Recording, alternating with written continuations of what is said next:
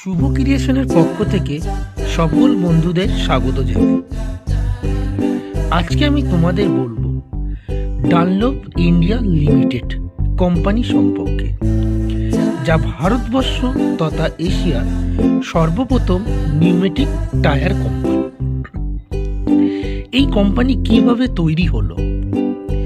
1926 সালে British company ভারতে rubber ব্যবসা চালু করে। প্রথম দিকে তারা টায়ার ও রাবার জাতীয় পণ্য আমদানি ও বিক্রি করত। 1936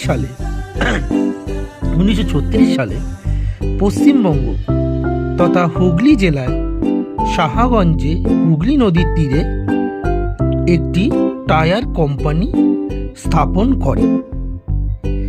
এখানে গাড়ির টায়ার, বিমানের টায়ার এছাড়া অন্যান্য রাবার জাতীয় পণ্য উৎপাদন শুরু হয় এবং এই কোম্পানির নাম রাখা হয় ইংল্যান্ডের এক পশু চিকিৎসক, যিনি নিউমেটিক টায়ার আবিষ্কার করেছিলেন।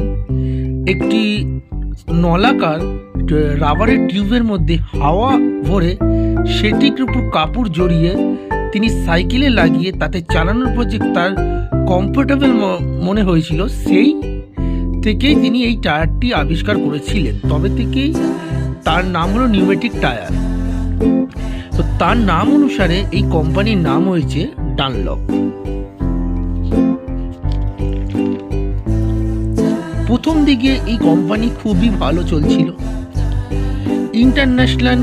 ইন্টারন্যাশনাল মার্কেটে ডানলপ একটি ব্র্যান্ড হয়ে উঠেছিল। ব্রিটিশ কোম্পানি নিয়ন্ত্রণ করেছিল 1936 থেকে 1980 সাল পর্যন্ত। এরপর এই কোম্পানি হস্তান্তর করা হয় ছাবারিয়া গ্রুপকে, যার ওনার ছিলেন মনু ছাবারিয়া। তো মনু ছাবারিয়া যখন এই ডানলপ কোম্পানি চালাচ্ছিলেন 1985 থেকে আন্তর্জাতিক বাজারে 1985-এর পরে আন্তর্জাতিক বাজারে ডানলপের মন্দা দেখা দেয়। সেই সময় অন্য কোম্পানিগুলো যেমন সিয়েট, এমআরএফ, রেলসন, এই সমস্ত টায়ার কোম্পানিগুলো উন্নত প্রযুক্তিতে এবং প্রচুর মাত্রায় প্রোডাকশনের কারণে এবং ডানলপের শ্রমিকের অসন্তোষ, অবাড়তি চাপ, দাবি দাওয়া সমস্ত কারণে ডানলপ সম্পূর্ণরূপে ধ্বংস হয়ে যায় এবং কারখানাটি 2010-এ সম্পূর্ণভাবে বন্ধ হয়ে যায়। আজ পর্যন্ত এই কারখানাটি খোলেনি। এর ভবিষ্যৎ প্ল্যান কি, এখানে কি হবে তা কেউ জানে না। কেউ বলে এখানে নতুন শিল্প তৈরি হবে, কিন্তু আমার তো তা মনে হয় না। আপনারা কি মনে করেন? আদৌ কি শিল্প তৈরি হবে,